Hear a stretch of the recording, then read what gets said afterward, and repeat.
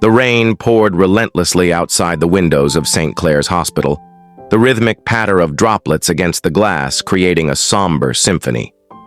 Inside the private ward on the 5th floor, the air was thick with tension.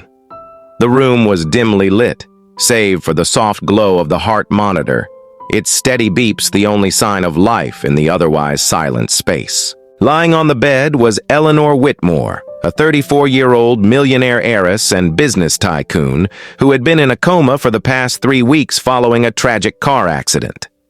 Her once vibrant presence was now reduced to a fragile figure, her pale skin almost translucent under the fluorescent lights. Tubes and wires snaked around her, connecting her to the machines that kept her alive. Dr. Adrian Carter, a young and ambitious resident doctor, stood by her bedside. At 28, he was one of the brightest minds in the hospital, known for his dedication and unconventional methods. Tonight, he was tasked with changing Eleanor's bandages, a routine procedure that he had performed countless times before. But something about this night felt different. As Adrian carefully removed the old bandages from Eleanor's head wound, he couldn't help but notice how peaceful she looked, despite the severity of her condition. Her chest rose and fell gently, her lips slightly parted as if she were about to speak. He had read her file extensively, a self-made millionaire, a philanthropist, and a woman who had everything to live for. Yet, here she was, trapped in a limbo between life and death. "You've got to fight, Eleanor," Adrian whispered, more to himself than to her. "You've got so much to come back to." As he applied the fresh bandages, his fingers brushed against her skin, and for a moment, he thought he felt a faint tremor. He paused, his breath catching in his throat. Was it his imagination, or had her hand twitched?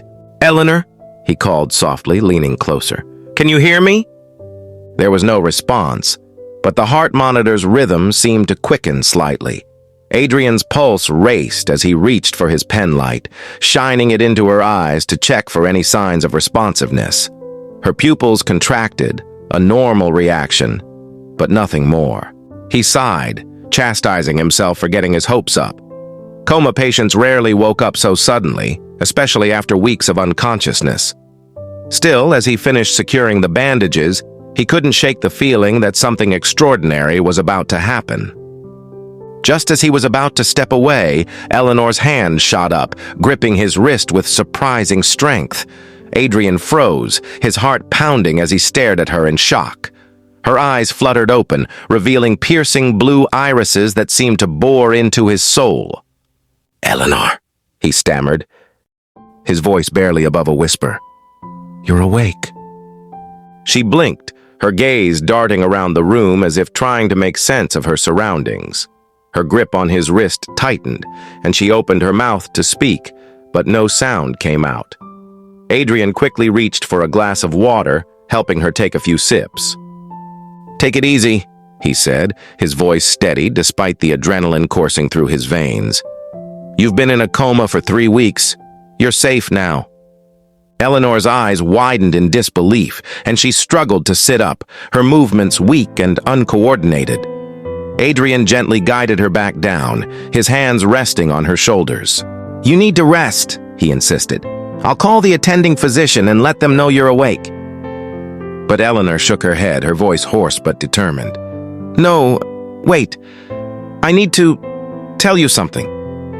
Adrian hesitated, torn between his duty to inform the medical team and the urgency in her voice. "What is it?" he asked, leaning closer. Her eyes locked onto his, filled with a mixture of fear and determination. "The accident. It wasn't an accident." Adrian's brow furrowed in confusion. "What do you mean?" Eleanor took a deep breath, her voice trembling as she spoke. "Someone tried to kill me." The revelation sent a chill down Adrian's spine. He had always suspected that Eleanor's accident was more than just a tragic coincidence. The circumstances had been too perfect. The brake lines cut, the car careening off the road into a ravine. But without any concrete evidence, the police had ruled it as an accident. Now, With Eleanor awake and confirming his suspicions, Adrian knew he had to act fast. He quickly pressed the call button to summon the nurses, but he stayed by her side, his mind racing with questions. "Do you know who did this?" he asked, his voice low. Eleanor nodded weakly, her eyes filled with tears. "It's complicated.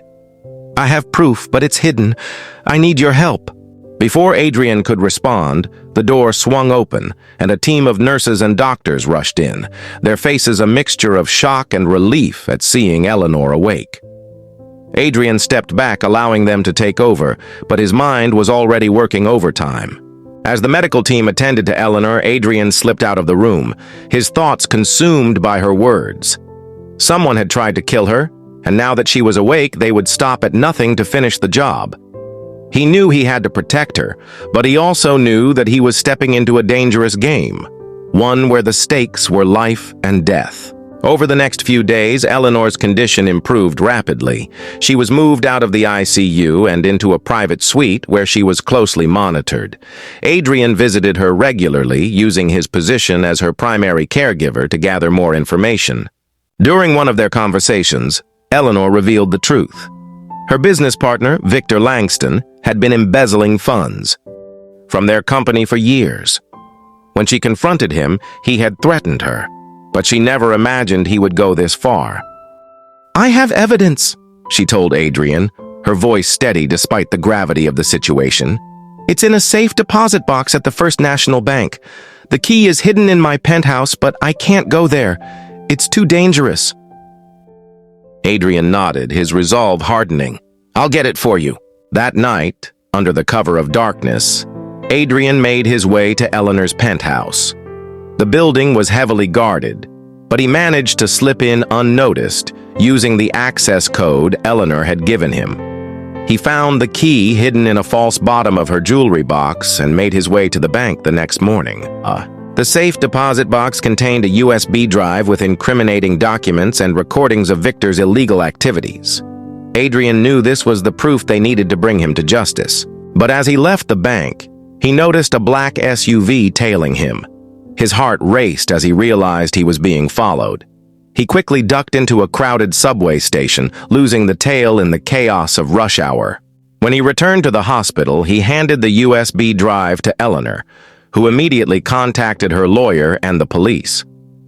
Within hours, Victor was arrested, and the truth about the attempted murder came to light.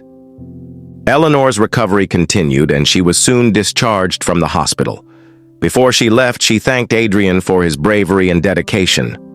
"You saved my life," she said, her eyes filled with gratitude. "I'll never forget what you did for me." Adrian smiled, humbled by her words. "It's my job," he replied, "but I'm just glad you're okay." As Eleanor walked out of the hospital, Adrian couldn't help but feel a sense of pride. He had not only saved a life but also uncovered a dangerous conspiracy. It was a reminder of why he had chosen this path, to make a difference, no matter the cost. And as the rain finally stopped, a ray of sunlight broke through the clouds, illuminating the hospital entrance. It was a new beginning for both Eleanor and Adrian, and a testament to the power of courage and determination.